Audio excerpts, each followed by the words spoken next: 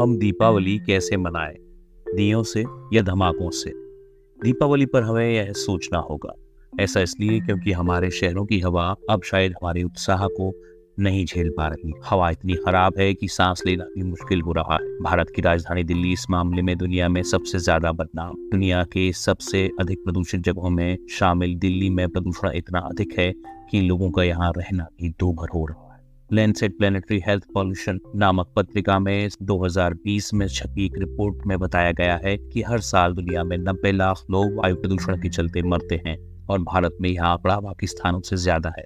एक अन्य रिपोर्ट कहती है कि भारत में साल 2019 में वायु प्रदूषण से 16.9 लाख लोगों की मौत हुई। यह दुनिया भर में इस वजह से जान गंवाने वाले लोगों का करीब 18% था। हवा की शुद्धता की पुष्टि AQI यानी एयर क्वालिटी इंडेक्स से होती है। हवा की गुणवत्ता मापने वाले यंत्रों में जब तक यह 100 से नीचे होती है तब तक उस शहर की हवा ठीक ठाक मानी जाती है, लेकिन जैसे ही यह 100 के ऊपर जाती है तो माना जाता है कि हवा में अशुद्धियां समाई हुई। और दिल्ली में तो इसकी रीडिंग 500 से अधिक है। ऐसे में समझा जा सकता है कि दिल्ली में रहने वाले लोग किस मुसीबत में हैं।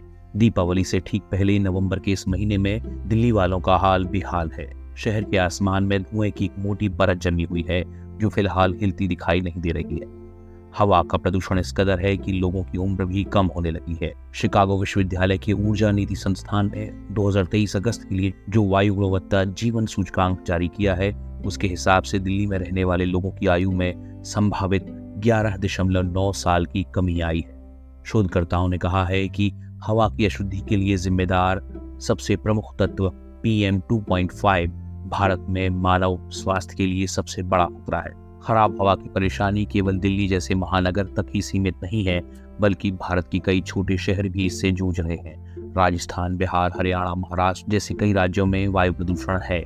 यहाँ भी लोगों की मौतें हो रही हैं और विशेषज्ञ कहते हैं कि हवा के प्रदूषण से लोगों की मौतें होती हैं, लेकिन इस पर ज्यादा गौर नहीं किया जाता। हवा की गुणवत्ता खराब करने के आरोप कई कारकों पर हैं। इनमें सबसे ज्यादा बढ़ता यातायात, किसानों के द्वारा जलाए जाने वाले फसलों के अवशेष यानी पराली और आम लोगों के द्वारा शुद्ध वायु प्रबंधन का ख्याल न रखा जाना भी शामिल है।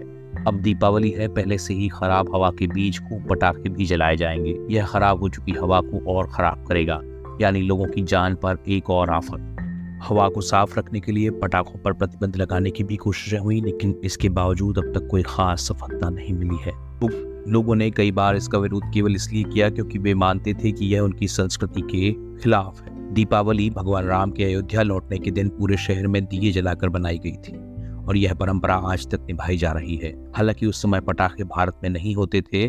पटाखे मुगल दौर के इतिहास में हमारी संस्कृति का हिस्सा बनते चले गए। यह दौर भी सुंदर रहा, लेकिन अब हमें सावधान होने की जरूरत है। कोशिश की जाए कि दीपावली पर पटाखे ना जलाए जाएं, ताकि हमारे शहरों की हवा सांस लेने लायक बनी रहे।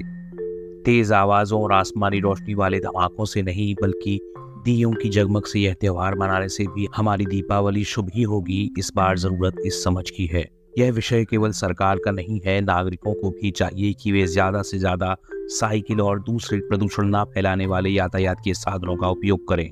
किसानों को चाहिए कि वे पराली नष्ट करने के लिए बेहतर उपाय खोजें। इस मामले में जिम्मेदारी केवल सरकार पर नहीं छोड़ी जा सकती। नागरिक इस व्यवस्था की महत्वपूर्ण इकाई हैं और उन्हें अपना कर्तव्य हर हाल में निभाना होगा। दोस्तों, आप इस मसले पर क्या सोचते हैं?